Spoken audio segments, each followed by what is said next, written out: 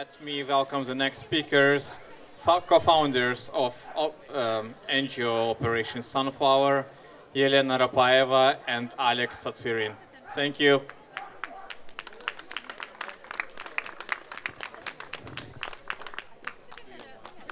Oh, sure.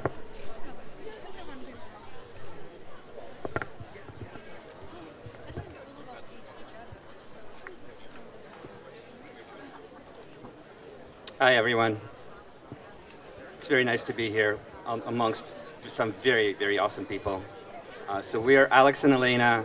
We're co-founders of Operation Sunflower, and we are a small nonprofit that provides targeted and direct aid to end users all across Ukraine.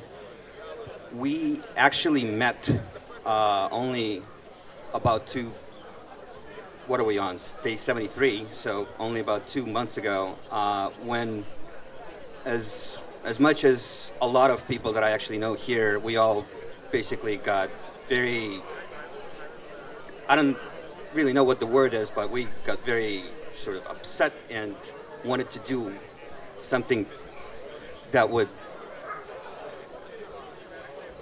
result in immediate payoff, which is essentially in the next 2 months, we worked with logistics companies, we worked with distributors, we worked with NGOs and volunteers on the ground in Ukraine, and we built this network of essentially being able to deliver anything in terms of tactical medicine or protective equipment or hospital supplies and medications directly to hospitals and front lines and territorial defense units and other end users in Ukraine literally within days. So we come from an entrepreneurial background. We're all doing startups. Many of us are investors in Semyon's fund, and this is what Alex was talking about with Cash for Refugees.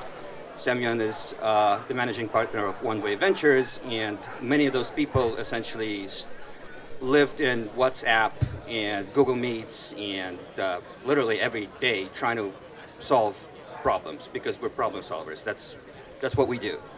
And ultimately, we figured that we need to start fundraising. We need to basically do our own thing, the whole end-to-end, from money all the way to the end result to the end user. So we've so far raised and spent about $750,000 in cash and about the same in-kind donations of mostly medical equipment that's been delivered.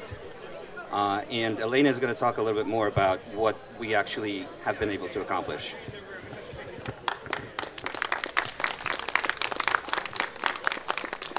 Thank you, Alex.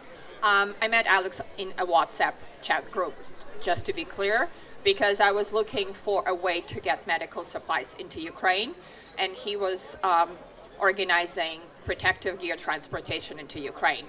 And it was basically 2-3 days into the war that I've reached out to all my friends after I stopped freaking out, and I'm like, okay, this is not going to be over in a day or two.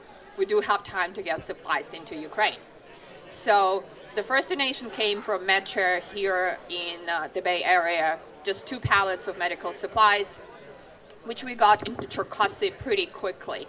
And that's how I got started. I got a reputation of being a logistics wizard because I knew where to find planes, a lot of times for free, and how to get supplies into Ukraine. So all in all, in-kind donations of about 800,000 made it to hospitals in Ukraine. The shipment last week, we're also doing like supply chain for smaller NGOs in Ukraine. Last week shipment, we got tourniquets from North American Rescue that made it their way to Nikolaev, among other places, directly into a military unit. And on Monday, we have about $200,000 worth of goods being picked up again from North American Rescues, and they're going into Ukraine. And whereas smaller NGOs will pick them up, they'll pay us at our cost and then distribute them all over the country. Same thing for IFACs that are badly needed in Ukraine. We put our entrepreneurial skills to use, so a total of $1.5 million raised or got in kind donations, and it's like just a handful of people, right? So very high ROI. We have our hands and feet on the ground in Ukraine, so we know what's needed. Specific individual hospitals, we have connections because of our background and our vast networks all over the country, and to be candid, all over the world, that we can source those items. Something simple, something sophisticated, very, very quickly and very efficiently can be delivered to Ukraine. We have a lot more requests for what's needed, but I want to tell you a story. This is all good. A very good friend has been in Mariupol since beginning of the war. He was offline for the last 7 days. We honestly thought he was gone. He came back up for air. His name is Sergei, and he was wounded. He's still in bad condition, but he's alive. And the reason he's alive, because one of those tourniquets, not the one that was shipped, somebody else shipped it, but a tourniquet from North American Rescue, he had been hit in his hip. He put this tourniquet on him, and that's why he's still alive.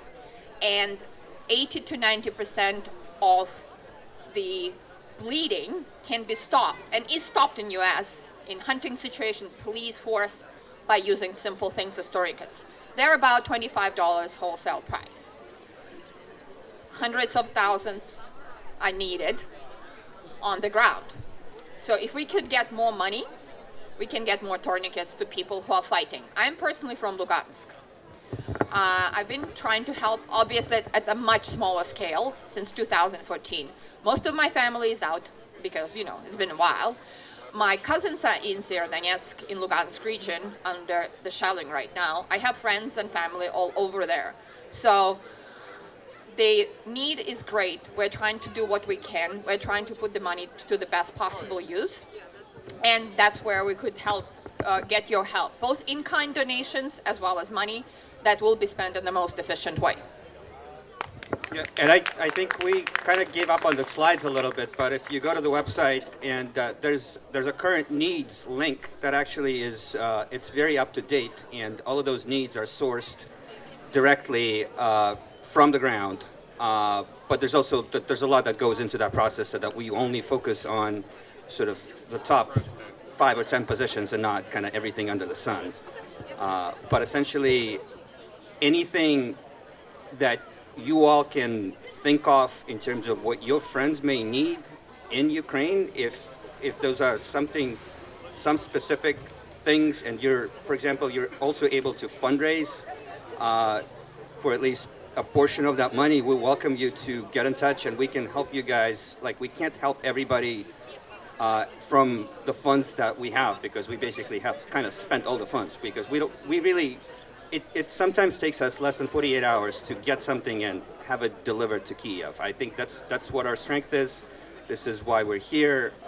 And if there's other ways that you can bring fundraising with you as well as requests, we're happy to help you fill those requests. And we run into that a lot, because a lot of our professional network here, they have colleagues back in Ukraine. They are chief of X or chief of Y at a hospital, and this goes sort of completely separate from all of the administrative sort of channels, which we start to see more and more corruption in. Like we've seen throughout the course of these 2.5 months, things end up in Belarus. We've seen things that were shipped as humanitarian aid show up in pharmacies. We've seen them show up at a market in terms of protective armor and stuff. So that's why we do what we do, which is very, very direct. Everything is transparent, everything is accountable. And at this point, we're just looking to grow. We're looking to scale, because we're in full startup mode. We figured it out to the point of what we could figure out without larger funds. So this is the time, and this is not going away anytime soon. I mean, it's unfortunately, whichever way this is going to turn, there's going to be more and more needs, in terms of humanitarian, food, reconstruction of the infrastructure, you name it. I think like the stop the bleeding kind of thing is just kind of starting to turn, right? So we see less and less requests for tourniquets and IFACs, and we start seeing more and more hospital, expensive surgical equipment, like we've shipped vessel sealers, we've shipped vac machines, that kind of stuff, and that is a lot of money. Thank you.